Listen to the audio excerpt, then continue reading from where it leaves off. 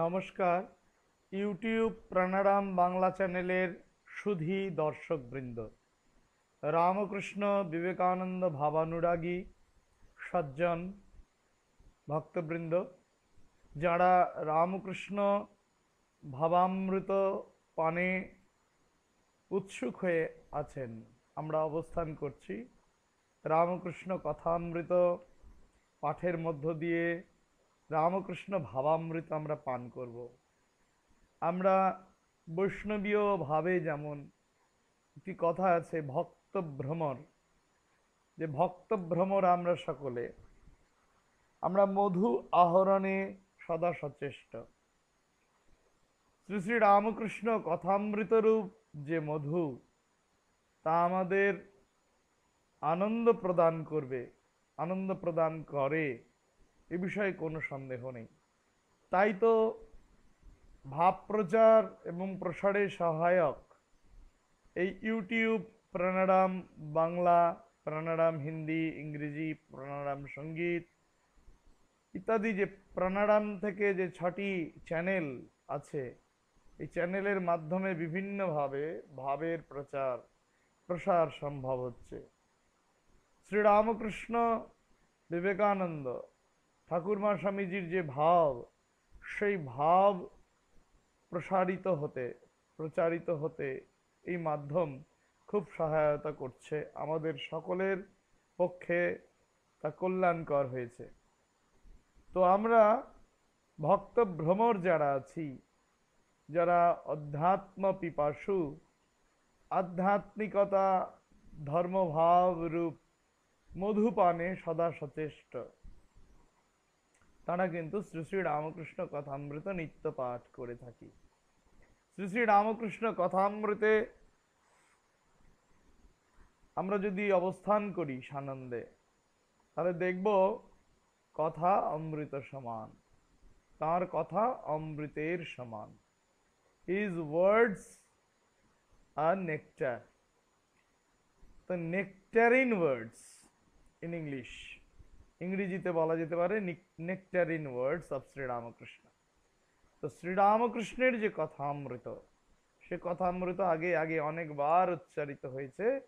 কেবলমাত্র কথা নয়, কেবলমাত্র হাস্য আলাপ গল্প বলা নয়, এই গল্প বলার পেছনে কি যে উপদেশ, কি যে সার কথা লুকিয়ে আছে, যারা আমরা শাস্ত্র মর্মজ্ঞ, যারা আমরা শ্রীরামকৃষ্ণ কথামৃত পিপাসু, তারা আমরা জানি, সজ্জন সুধী ভক্তবৃন্দ।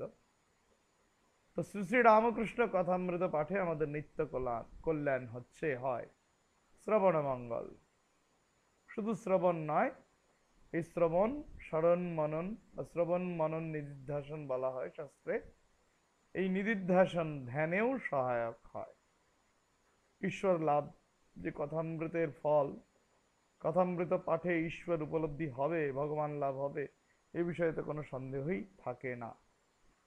অন্যতম একটি উপায় সাধুসঙ্গের, সৎসঙ্গ লাভের। শ্রী শ্রী রামকৃষ্ণ কথামৃতের আধারে আমরা শ্রী শ্রী রামকৃষ্ণ উপদেশ ও শাস্ত্র প্রমাণ বিষয়ে বিভিন্ন পর্বে আলোচনা করে আসছি।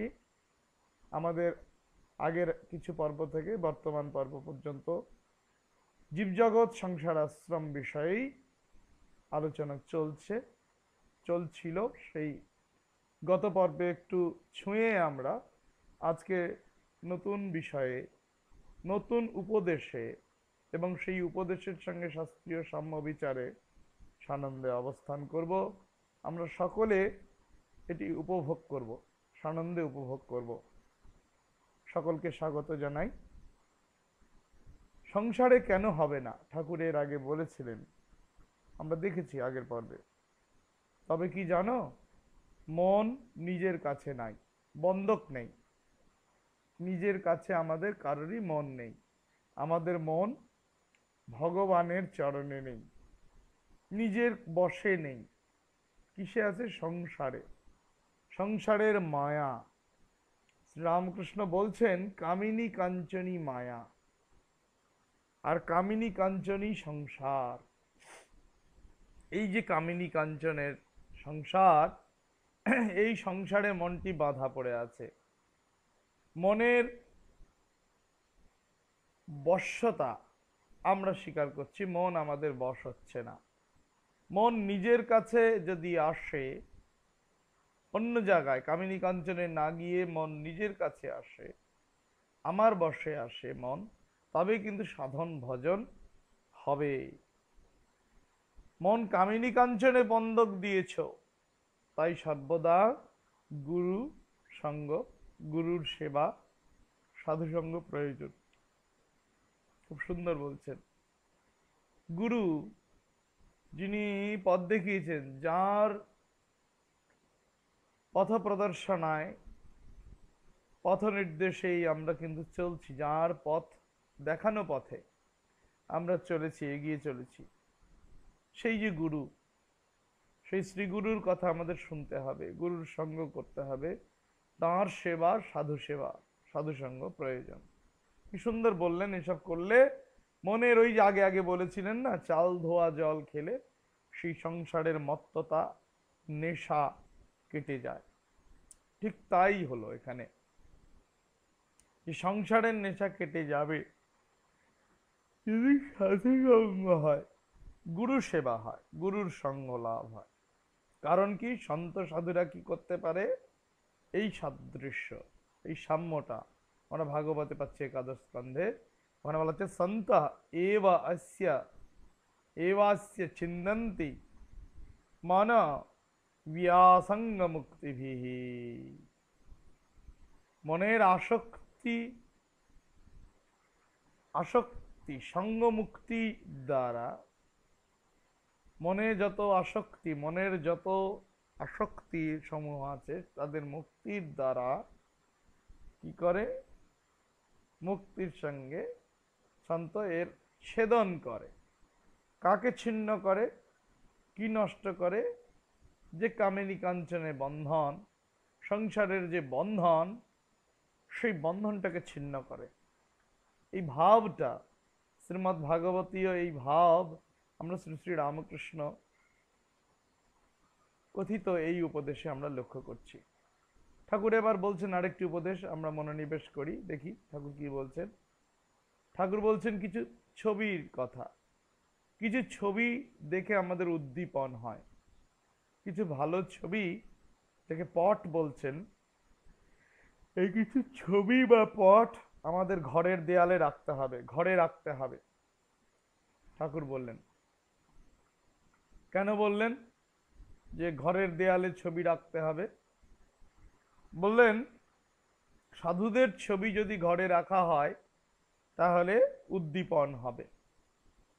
সৎলোক, সাধুলোক, গুরু, মহাত্মা, এদের ছবি যদি আমরা ঘরে রাখি তাহলে তাদের দেখে আমাদের উদ্দীপন হবে। যুবতী স্ত্রীলোকের ছবি যদি রাখা হয়, দেখা যায় যুবতী স্ত্রীলোককে দেখলে যেমন ভোগের ইচ্ছা হয়, শোলার আতা দেখলে যেমন সত্যকার আতার উদ্দীপন হয়, সকালবেলা উঠে অন্য মুখ না দেখে সাধু সন্ন্যাসীর মুখ দেখে, ছবি দেখে ওঠা ভালো। যেরূপ সঙ্গের মধ্যে থাকবে সেই রূপ স্বভাব হয়ে যায়। এগুলো কিন্তু শুধু কথার কথা নয়। আমরা যদি কথার কথা মনে করি, নিজেদের জীবনে গ্রহণ না করি আন্তরিকভাবে, তাহলে আমাদের কল্যাণের কোনো আশা নেই। আমরা যদি আমাদের কল্যাণ চাই, নিজেদের ভালো চাই, আমরা যদি ভগবানকেই আপন করে পেতে চাই, বিষয়ে বিষয়ে জ্বলে পুড়ে না মরতে চাই, আমরা যদি অমৃতত্বের অধিকার থেকে বঞ্চিত না হতে চাই, তবে আমাদেরকে এই ঠাকুরের কথা উপদেশ মেনে চলতে হবে। ঠাকুর বলছেন, কি সুন্দর উদাহরণ দিচ্ছেন, যুবতী মেয়ের ছবি দেখো, যুবতী মেয়েকে দেখো, দেখে ভোগ কামের উদ্দীপন হবে, ভোগের উদ্দীপন হবে।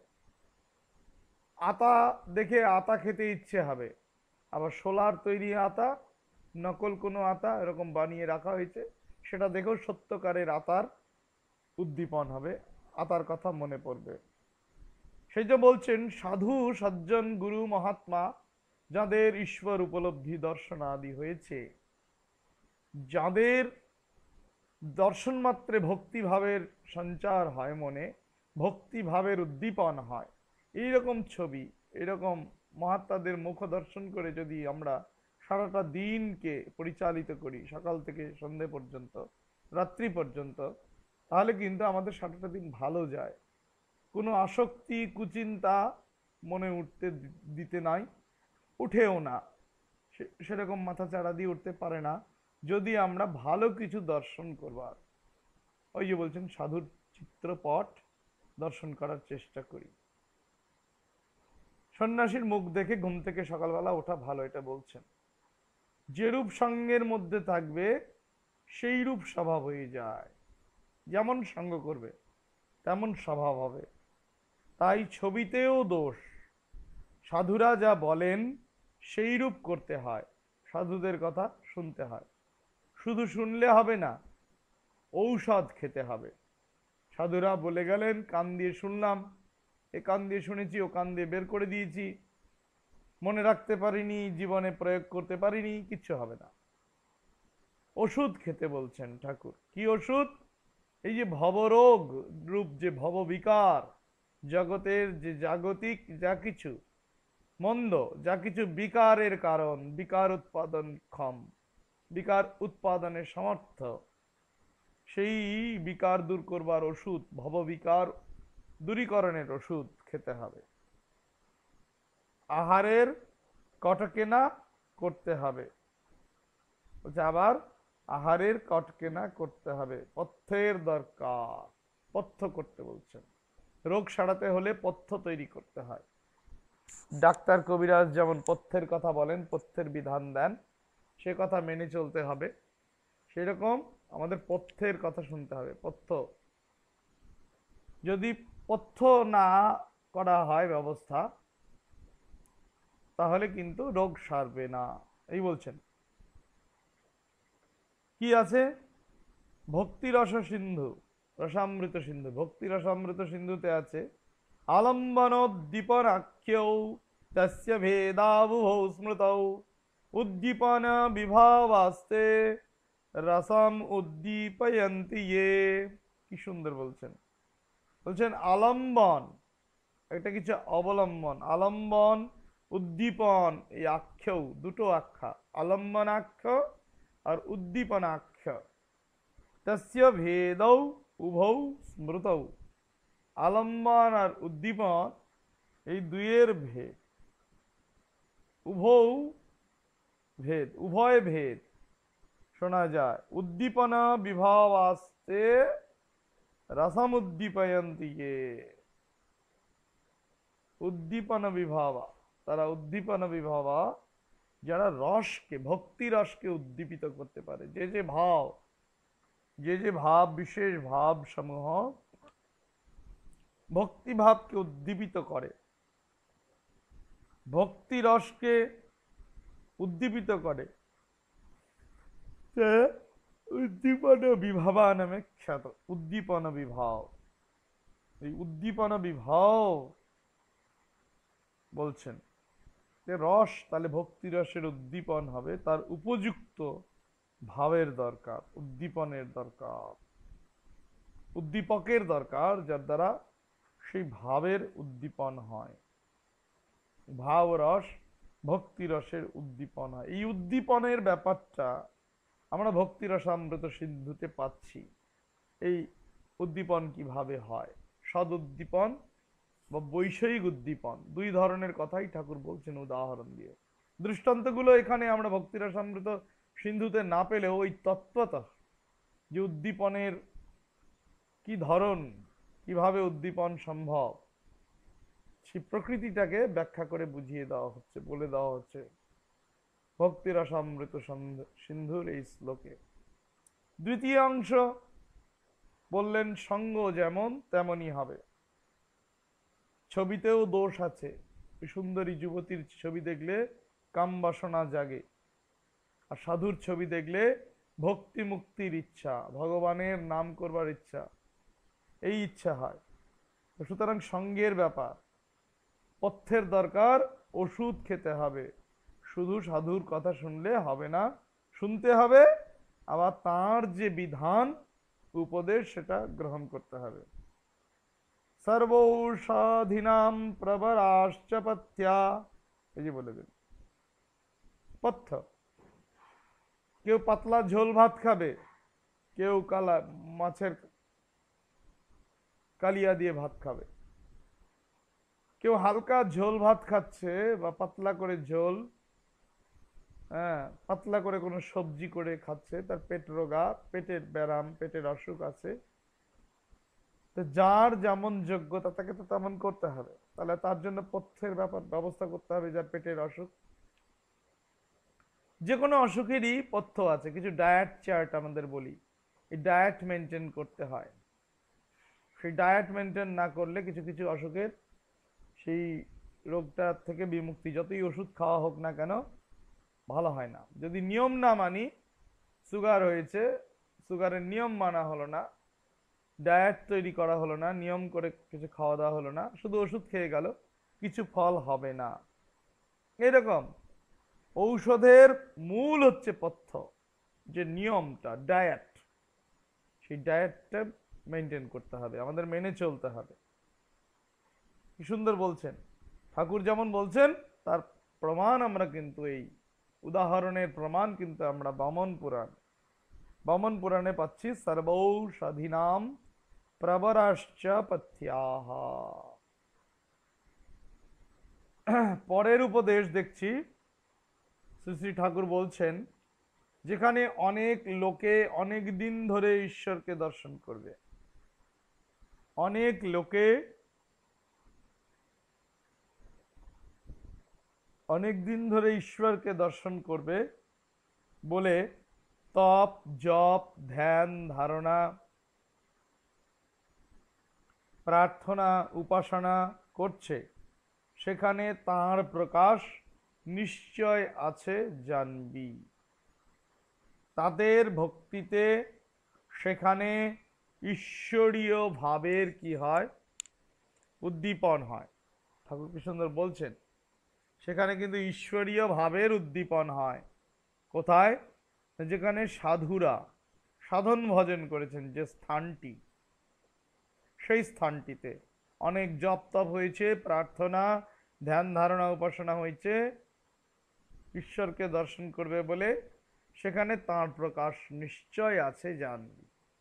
কে বলছেন? ঠাকুর বলছেন, কোন ভক্তকে এই উপদেশ দিচ্ছেন। শ্রী শ্রী রামকৃষ্ণ কথামৃতে আছে এসব। তাদের ভক্তিতে সেখানে ঈশ্বরীয় ভাবের একটা জমাট বেঁধে গেছে। কি বলছেন? তাদের যে ভক্তি, এই ভক্তিতে সেখানে ঈশ্বরীয় ভাবের একটা জমাট বেঁধেছে, তাই সেখানে সহজেই ঈশ্বরীয় ভাবের উদ্দীপন ও তার দর্শন হয়। তার দর্শন, কার দর্শন হচ্ছে? তার দর্শন। তার বলতে কার? এর আগেই বলেছি, ঈশ্বরের। বলছে সাধকের ভক্তিতে, সাধকের সাধনায় ঈশ্বরীয় ভাবের জমাট, ঈশ্বরীয় ভাব জমাট হয়ে আছে সে স্থানে, যেখানে বহু জপ ধ্যান প্রার্থনা ধ্যান ধারণা হয়েছে, তাই সেখানে সহজেই ঈশ্বরীয় ভাবের কি হয় বলা হচ্ছে, উদ্দীপন ও দর্শন হয়। এই উপদেশের প্রথম অংশ, অর্থাৎ একটি অংশ দেখানো হয়েছে। উপদেশটিতে যা বলতে চাওয়া হলো যে উদ্দীপনের কথা, দর্শনের কথা কোথায় হবে বেশি করে? যে স্থানে নাকি ভগবানের আলোচনা হয়েছে। শুধু ভগবানের নাম গুণগান কীর্তন এইভাবে বলছেন না, কিন্তু সেটিও হতে পারে, কিন্তু ভগবানের জন্য তপ জপ তপস্যা জপ ধ্যান ধারণা প্রার্থনা করা হয়েছে, উপাসনা করা হয়েছে যে স্থানটিতে, দিনের পর দিন ধরে অনেক সাধক ভক্ত এখানে জপ ধ্যান প্রার্থনা করেছেন, তো সেই ভাবটা সেখানে কিন্তু জমাট বেঁধে আছে, সেই পরিবেশটায় ভাবযুক্ত হয়ে আছে। তো সেই খানটায় যদি যাওয়া যায়, সেখানে কিন্তু ঈশ্বরীয় ভাব সহজে ঈশ্বরীয় ভাবের উদ্দীপন সহজেই হয়, ঈশ্বরীয় ভাবের উদ্দীপন হয়, দর্শন হয়। ঠাকুরের কথাটা কি শুধু কথার কথা না। কাশীখণ্ডে দেখছি বলা হচ্ছে প্রভাবাদ ভূতাদ ভূমেঃ সলিলস্য চ তেজসা পরিগ্রহান মুনীনাঞ্চ তীর্থানাম পুণ্যতা স্মৃতা। কি সুন্দর অপূর্ব মিল। সেই পরিপূর্ণ একটা সাদৃশ্য সাম্য আমরা লক্ষ্য করছি ঠাকুরের উপদেশের সাম্য কাশীখণ্ডে। কিভাবে তাৎপর্যগতভাবে একটা সাদৃশ্য। কি বলা হচ্ছে? প্রভাবাদ ভূতাদ ভূমে সলিলস্য চ তেজসা পরিগ্রহান মুনীনাঞ্চ তীর্থানাং পুণ্যতা স্মৃতা।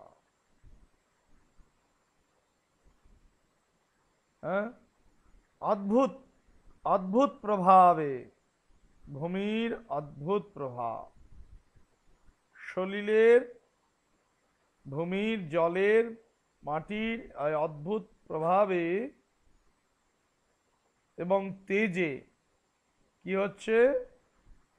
যে মুনিনাঞ্চ পরিগ্রহণ, মুনিদের পরিগ্রহ, মুনিদের পরিগ্রহ, তীর্থের কি? তীর্থসমূহের পুণ্যতা।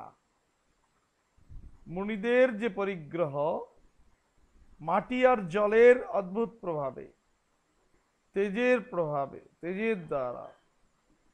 তেজের দ্বারা মুনিদের পরিগ্রহ, মুনিদের পরিচিতি, তার তেজস্বিতা, আর ভূমি আর জলের প্রভাবেই কেমন প্রভাব? তার দ্বারা কিন্তু এই তীর্থসমূহের পুণ্যতা, স্থানের পুণ্যতা বিচার করা যায়, স্মরণ করা যায়। স্থানের পুণ্যতা বিচার করতে হলে সেই স্থানের জল মাটি কেমন বুঝতে হবে।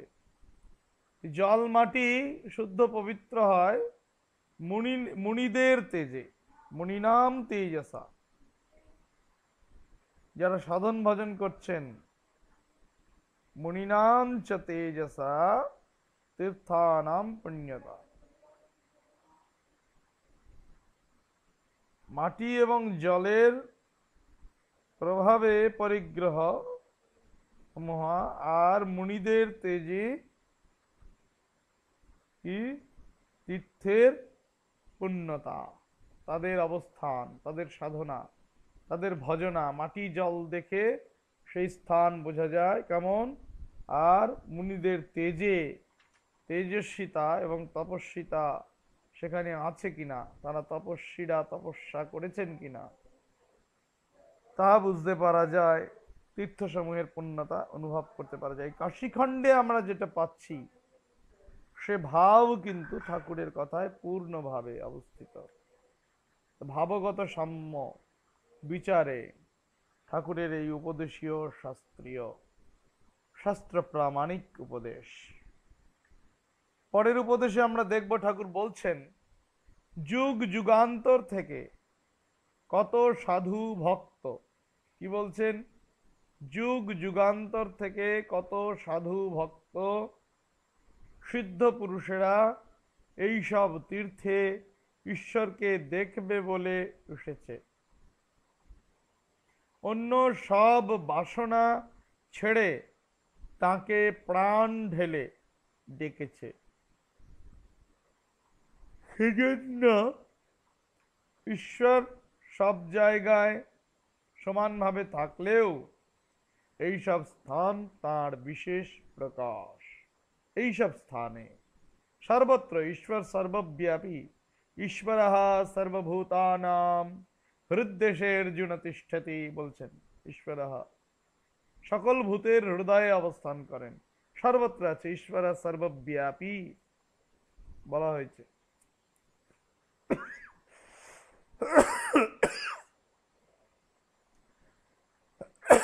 সর্বভূতাত্মা যে ঈশ্বর, এই ঈশ্বর সর্বত্র থাকলেও ঠাকুর বলছেন বিশেষ করে সেখানে আছেন যেখানে যুগ যুগ ধরে সাধু ভক্ত সিদ্ধ পুরুষ, সাধু ভক্ত সিদ্ধ পুরুষরা যেসব তীর্থে ঈশ্বরকে দেখবে বলে এসেছে, অন্য সব বাসনা ছেড়ে তাকে প্রাণ ঢেলে ডেকেছে।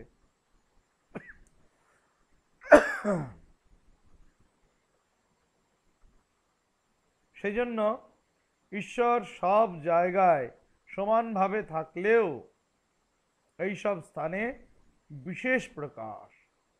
সবকিছু ছেড়ে ছুড়ে তীর্থে এসেছে ঈশ্বরের দর্শনের জন্য, সব বাসনা ছেড়ে প্রাণ ঢেলে ডাকবে বলে এসেছেন তীর্থে। সুতরাং এই তীর্থস্থলে ঈশ্বর বিশেষভাবে প্রকাশিত।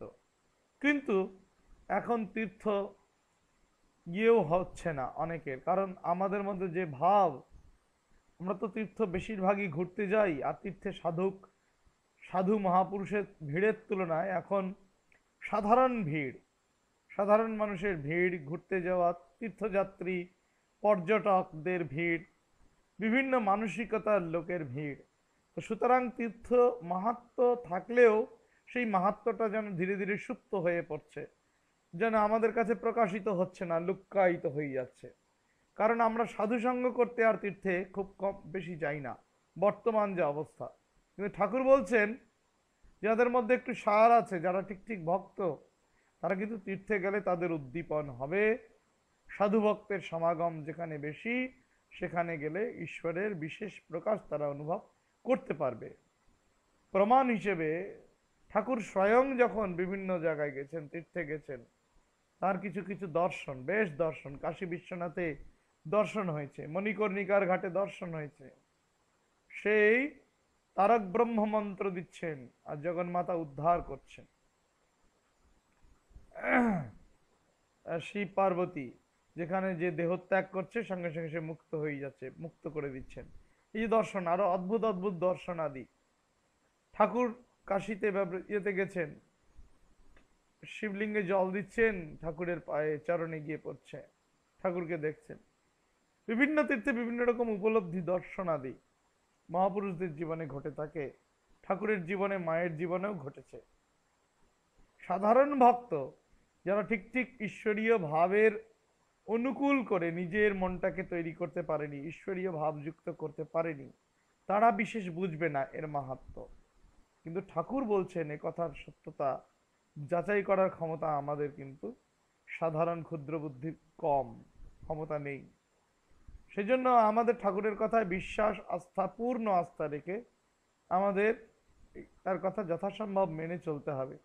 ঠাকুর বলছেন সর্বভূতে তিনি আছেন, কিন্তু তীর্থে ভক্ত, সাধু, সিদ্ধ পুরুষেরা তাকে পাবে বলে এসেছেন সব বাসনা ছেড়ে।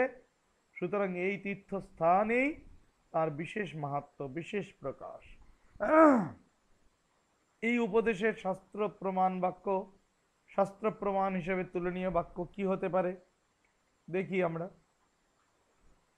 পদ্মপুরাণে আছে, তীর্থেষু লভ্যতে সাধু রামচন্দ্র পরায়ণঃ यद्दर्शनं नृणं पाप राशिदाहाशु शुक्षणि तस्मात् तीर्थेषु गन्तव्यं नरैः संसारभीरुभिः पुण्योदकेषु सततं साधुश्रेणी विराजिषु।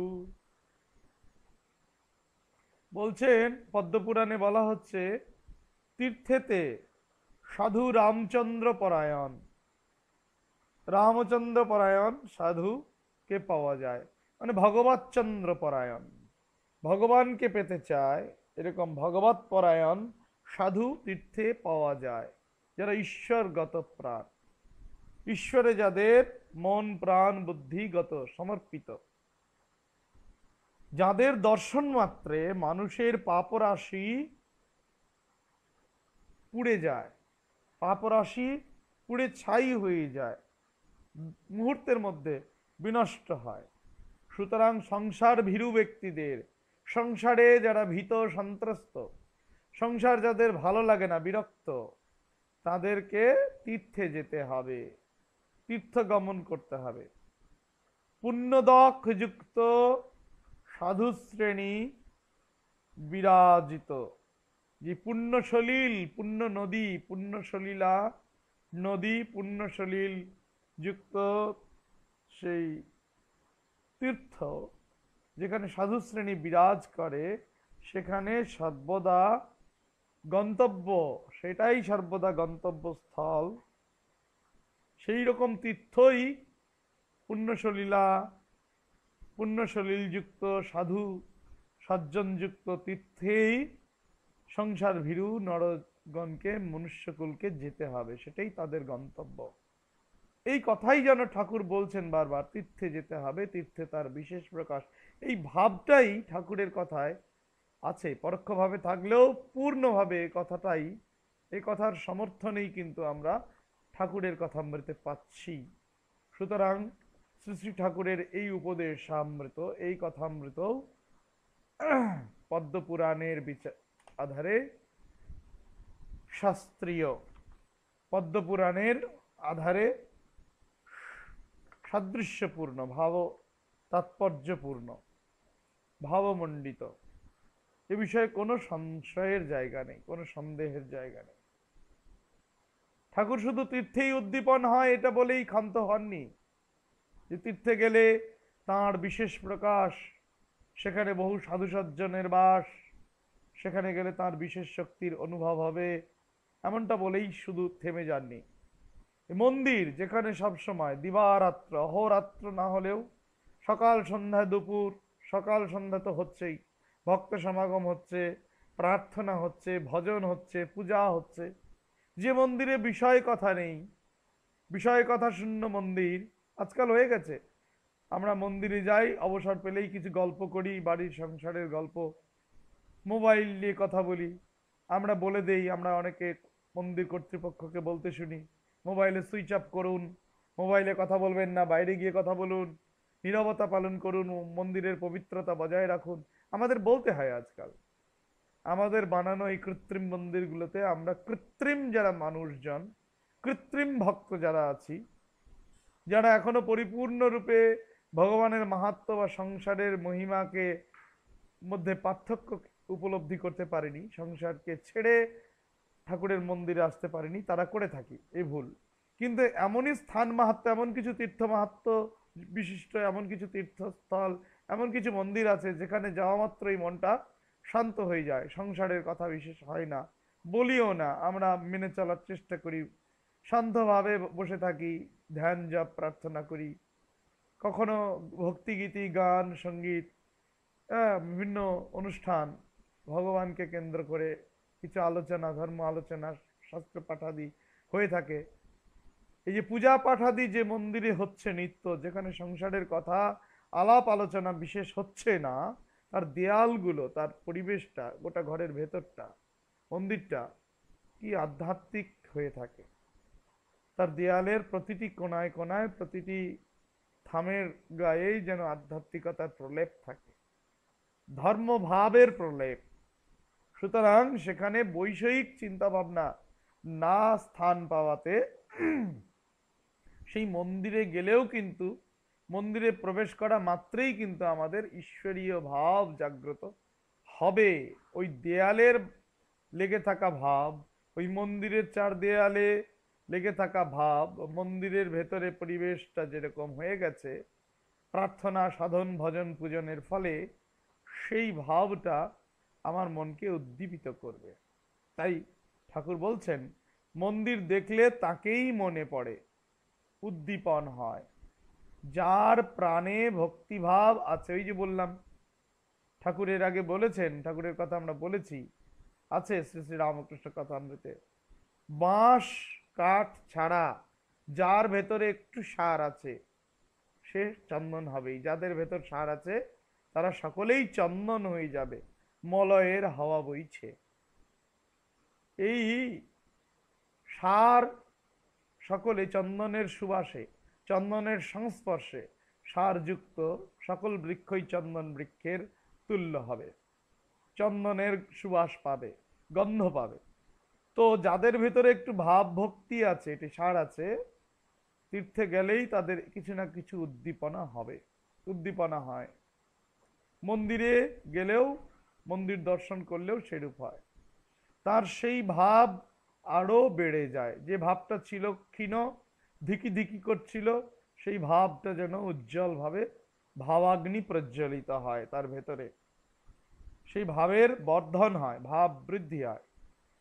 আর যার প্রাণে ওই ভাব নেই, তার বিশেষ আর কি হবে? যার নেই, যে ঘোর বিষয়ী, বদ্ধজীব, বদ্ধজীব বললেও ভুল করা হয়, বদ্ধজীবের মতোই বলে নিতে পারি। ওই যে কৃমি পোকার উদাহরণ দিয়েছেন ঠাকুর, ভাতের হাঁড়িতে রাখলে হাঁপড়ে ওঠে, হাঁপ ছেড়ে ওঠে, বা কৃমি পোকা বাঁচেও না, কৃমি পোকার স্থান বিষটাতে, সে বিষটাতেই ভালো আছে।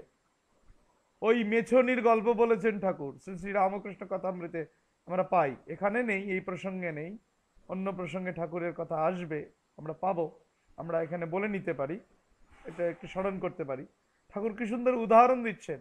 এক মেছনি মাছ বিক্রি করে সন্দেহ হয়ে গেছে, অন্ধকার, একজনের বাড়িতে আশ্রয় নিতে চেয়েছে, সে একজন ফুলের মালির বাড়িতে আশ্রয় নিয়েছে।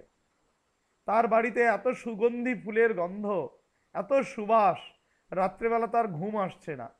তখন সেই মেছনি কি করলো, মাছ বিক্রেতা তার মাছের চুপড়িটি মাথার কাছে নিয়ে এসে জল ছিটিয়ে দিয়ে ঘঁত ঘঁত করে নাক ডেকে ঘুমোতে লাগলো। কেন?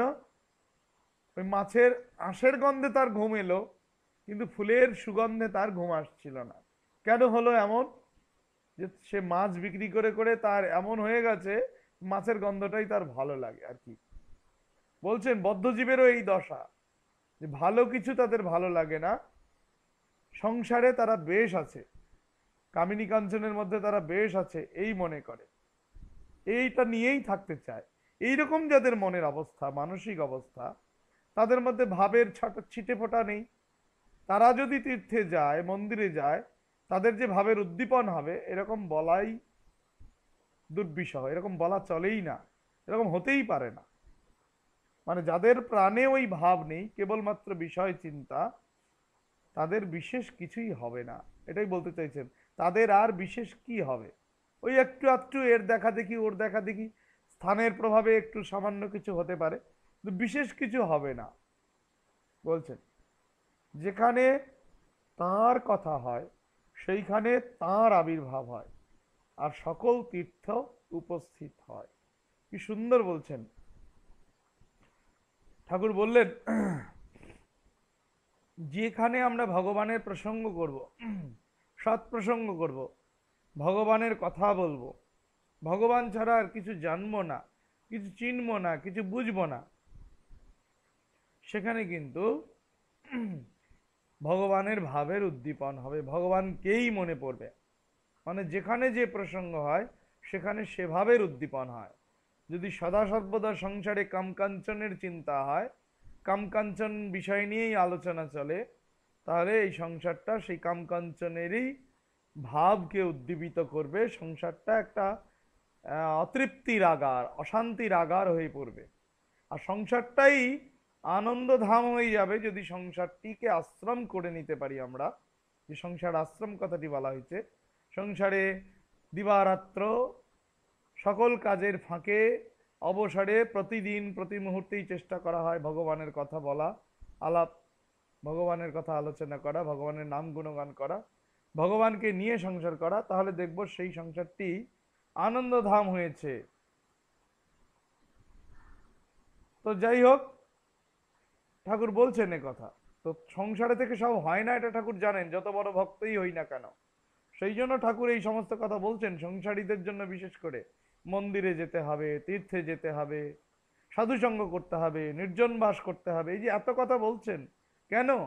সংসারী মানুষরা যাতে সংসারে ফিরে একটু শান্তি পায়, সংসারটাকে যাতে আশ্রমে পরিণত করবার একটা চেষ্টা করে, তারা যদি ঠিক ঠিক সংসারী, আদর্শ সংসারী হয়ে ভগবানের শরণাগত হয়ে সংসারে থাকতে পারে, সেই জন্য এত কিছু বলছেন, যে সংসারে যেন তারা তলিয়ে না যায়, তাদের জীবনের উদ্দেশ্যকে ভুলে না যায়, সেই জন্য তীর্থে যাওয়া, মন্দিরে যাওয়া, সাধুসঙ্গ ইত্যাদি কথা বলছেন।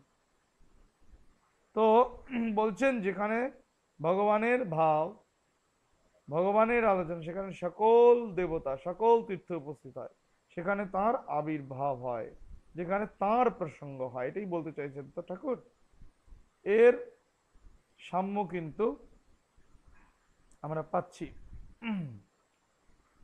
একটি শ্লোকাংশ আছে, সর্বাণি তীর্থানি বসন্ত্যত্র यत्राच्युतोदार কথা প্রসঙ্গ, এরকম আছে। বলছে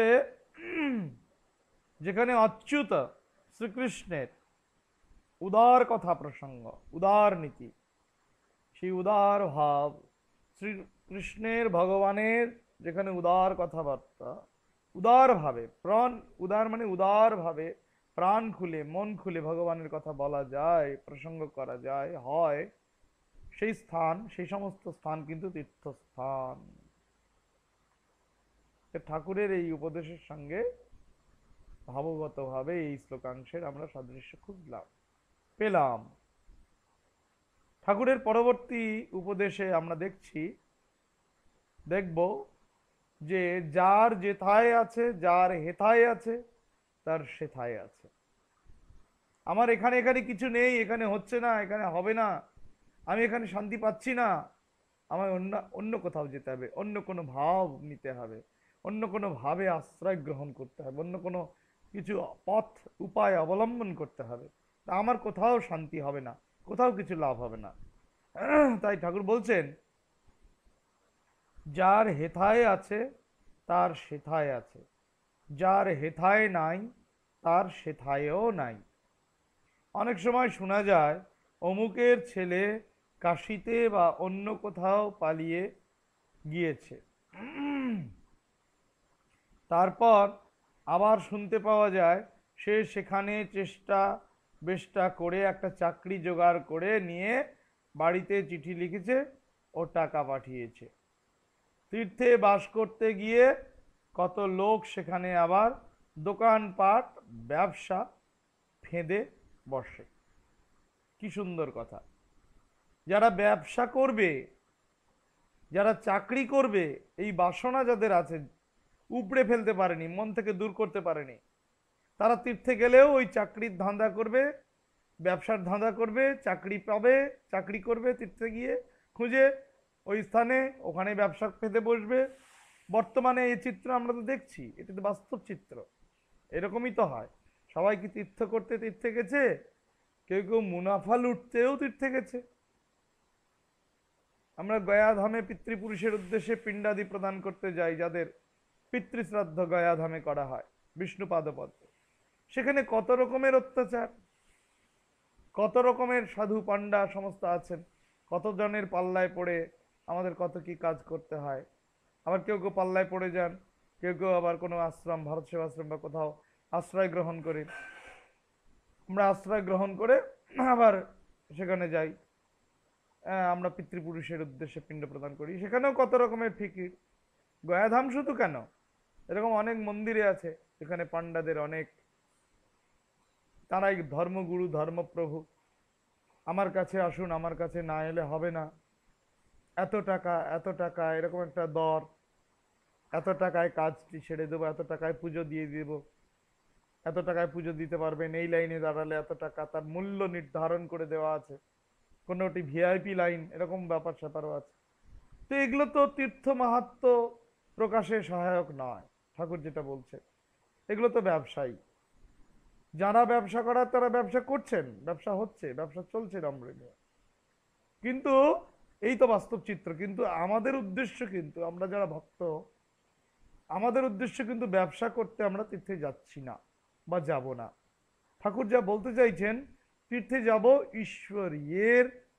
ঈশ্বরীয় উপলব্ধি, মনের খোরাক, শান্তি পেতে এবং ঈশ্বরীয় ভাবকে মনে হৃদয়ে ধারণ করে নিজেরা সার্থক হব বলে।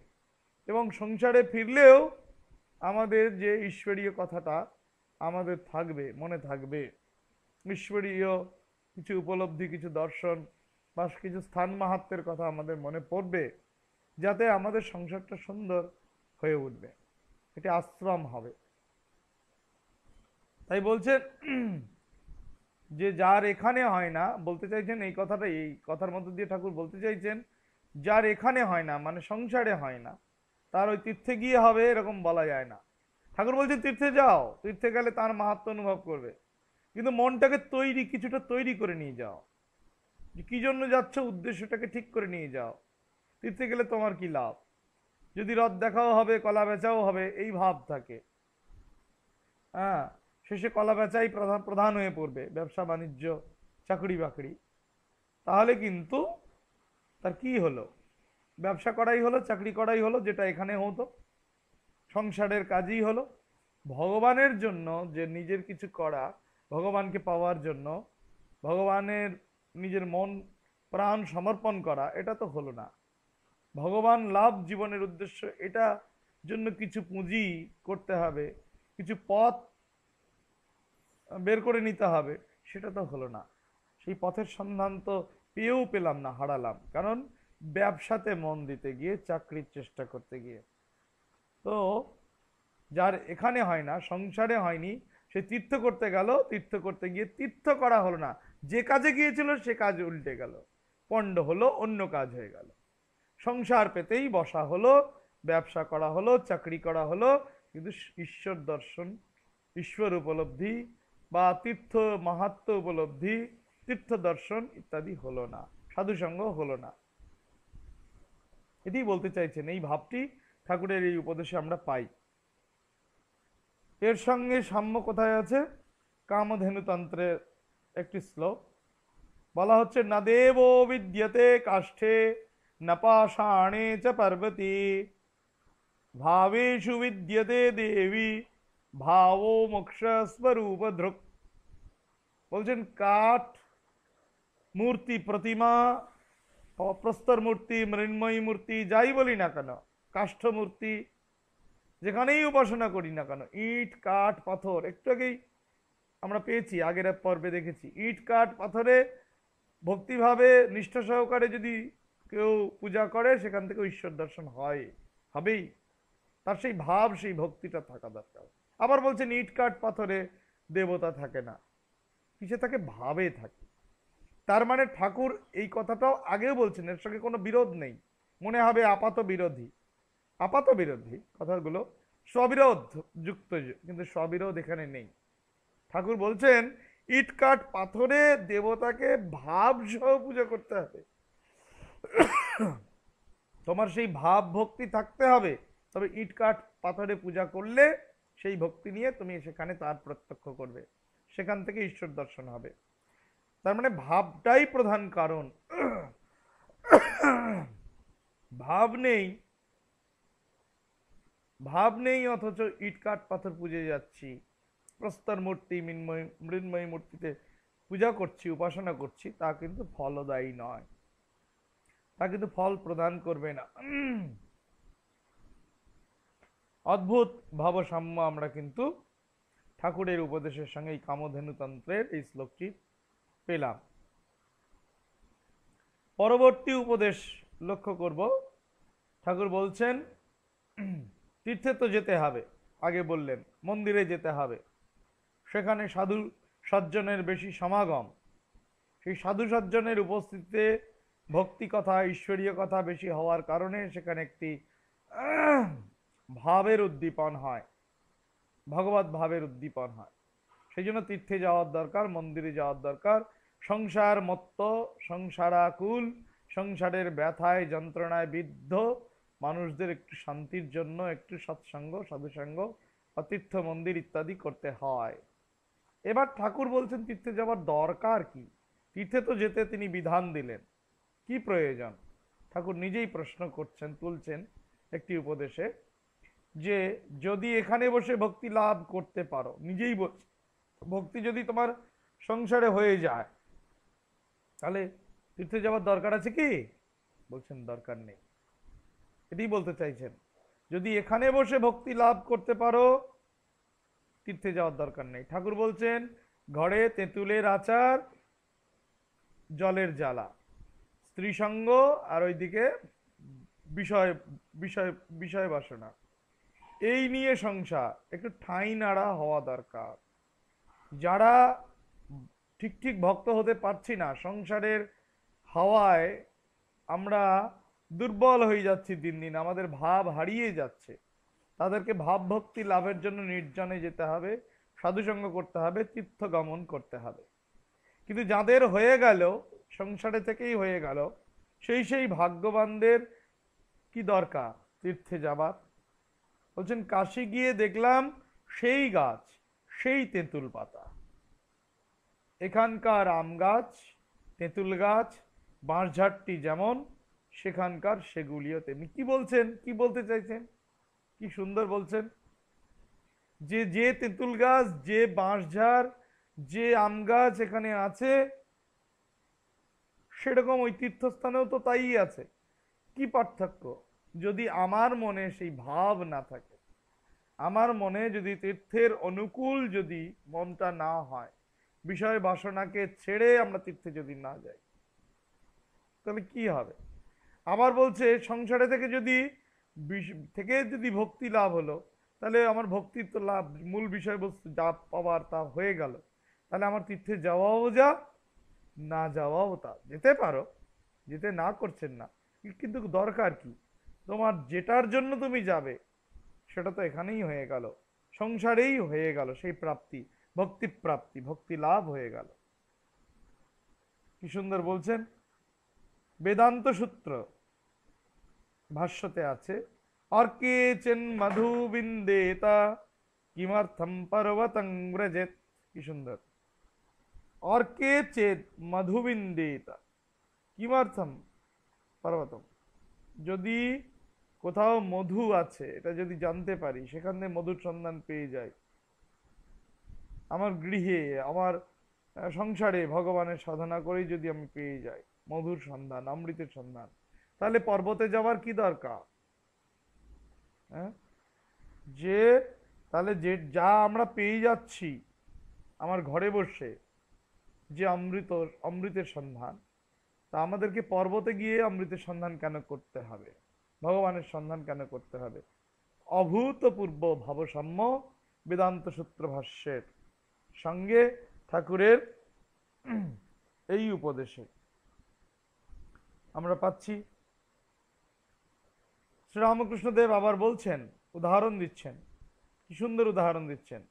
হরিণ মাতাল হয়ে ছোটে, কোথা থেকে সুগন্ধ আসছে গো, কোথা থেকে সুগন্ধ আসছে, কোথায় কি যেন সুগন্ধ তাকে পাগল করে দেয়। এমন এমন সময় হয় এত সুগন্ধ ওঠে, সে পাগলের মতো গোটা বন ছুটে বেড়ায়, কিন্তু সুগন্ধির আর খোঁজ পায় না। হরিণ জানে না তার নিজের নাভিস্থল এই সুগন্ধির উৎস। হরিণের নাভিতে যে কস্তুরী হয়, তখন তার গন্ধে হরিণগুলো দিকে দিকে ছুটে বেড়ায়, জানে না কোথা হতে গন্ধ আসছে। তেমনি ভগবান এই মানুষের দেহের মধ্যেই রয়েছেন। কি সুন্দর বলছেন, ভগবান এই মানুষের দেহের মধ্যেই রয়েছেন, অন্য কোথাও নেই। মানুষ তাকে জানতে না পেরে ঘুরে ঘুরে মরছে, যা চায় তাই কাছে রয়েছে, অথচ লোকে নানা স্থানে ঘুরে বেড়ায়। কি সুন্দর, কি অপূর্ব। বলছেন হরিণ জানছে না, জানতে পারছে না যে তার নাভির মধ্যে এই কস্তুরী, যার খুব সুগন্ধ, এই সুগন্ধের, প্রবল সুগন্ধে সে পাগলের মতো হয়ে যায়, এদিক ওদিক ছুটে বেড়ায়, গন্ধের উৎস সন্ধান করতে সে ব্যস্ত হয়ে পড়ে, কিন্তু গন্ধের উৎস তার নাভি, তার নিজের নাভি। তো ভগবান মানুষের হৃদয়ে, হৃদ্দেশে অর্জুন তিষ্ঠতি, হৃদ্দেশে আছে, এত কাছে আছে, অথচ আমরা দূরে দূরে কোথায় কোথায় খুঁজে মরছি, আমরা আমাদের স্বরূপ, ভগবানের স্বরূপ না জানতে পেরে, ভগবানের প্রকৃত স্বরূপ কি, আমাদের সঙ্গে ভগবানের সম্পর্ক কি, না জেনেই আমরা ঘুরে ঘুরে মরছি। যা চায় তাই কাছে রয়েছে, অথচ লোকে নানা স্থানে ঘুরে বেড়ায়। ওই যে বলছেন, একটি গানে আছে, যা চাবি তা বসে পাবি, খোঁজো নিজ অন্তঃপুরে। যেইও না কারো ঘরে, যা চাবি তা বসে পাবি, খোঁজ নিজ অন্তঃপুরে। আপনাতে আপনি থেকো মন, আপনাতে আপনি থেকো, যেও না কো কারো ঘরে। আপনাতে মন আপনি থেকো, যেও না কো কারো ঘরে। যা চাবি তা বসে পাবি, যা চাবি তা বসে পাবি, খোঁজ নিজ অন্তঃপুরে। আপনাতে আপনি থেকো মন, যেও না কো কারো ঘরে। এই বলছেন যা চায় তার নিজের ঘরে, এই হৃদয়ে আছে, হৃদভাণ্ডে, এই শরীর রূপ ঘরের মধ্যে আছে, অথচ না জেনে আমরা যেখানে সেখানে ঘুরে মরি। এই প্রথম অংশ, এই উপদেশের প্রথম অংশ, প্রথম অংশের সদৃশ্য অধ্যাত্মে, অধ্যাত্ম রামায়ণে উত্তরকাণ্ড সম্ভবত আছে। কি আছে? सर्वेषु प्राणिजातेषु ह्ययमात्मा व्यवस्थित तम अज्ञात्वा विमूढ़ात्मा कुरुते केवलम बहि। এই সকল প্রাণীজাত, সকল প্রাণীজাতের, সকল প্রাণীজাতের মধ্যে এই আত্মা অবস্থান করছে, তাকে না জেনে বিমূঢ়গণ, বিমূঢ় চিত্ত, বিমূঢ়াত্মা কেবল বাইরেই করে বেড়াচ্ছে, খুঁজে বেড়াচ্ছে, বাইরেই তাকে খুঁজছে, হন্যে হয়ে খুঁজে বেড়াচ্ছে, বাইরের বস্তুকেই তারা খুঁজে মরছে, নিজের স্বরূপকে নিজে না জানতে পেরে, না জেনে। এই বলছে দ্বিতীয় অংশের সঙ্গে সাদৃশ্য সাম্য এই অধ্যাত্মেরই আরেকটি শ্লোক, জানন্তি নৈবম হৃদয় স্থিতং বৈ চামিকরম কণ্ঠগতম যতজ্ঞা। কি সুন্দর! চামিকরম কণ্ঠগতম যতজ্ঞ। জানন্তি নৈব, কণ্ঠগত চামিকরকে যেমন অজ্ঞরা জানতে না পেরে, হৃদয় স্থিতম জানে না, জানতে পারে না, তেমনি হৃদয় স্থিতম নৈব জানন্তি, অজ্ঞা মূঢ় যারা ভগবত বিমুখ, যারা ভগবানকে হৃদয়ে জানার দেখার চেষ্টা করেনি, করে না, যারা জানতে পারেনি ভগবানের অবস্থান এই হৃদয়ে, তারা কিন্তু বাইরেই শুধু খুঁজে বেরিয়েছে, তারা হৃদয় স্থিত রূপে ভগবানকে জানতে পারে না, জানেনি, জানে না। হ্যাঁ, তার ফলে কি, তারা বাইরেই খুঁজছে, বাইরেই ঘুরে বেড়াচ্ছে, বাইরেই ঘুরে মরছে। এই যেন ভাব কি, এই যে অধ্যাত্মের দুটি শ্লোক আমরা পেলাম, এর সঙ্গে কিন্তু আমরা ঠাকুরের এই উপদেশের ভাব সাদৃশ্য লক্ষ্য করছি। ওম নিরঞ্জনম নিত্যম অনন্ত রূপম ভক্তানুকম্পা ধৃত বিগ্রহং वै ঈশাবতারম পরমেশমিড্যম तं রামকৃষ্ণं শিরসা নমামः। ओम शांति शांति शांति। हरि ओम तत्सत्। श्री रामकृष्णार्पणमस्तु।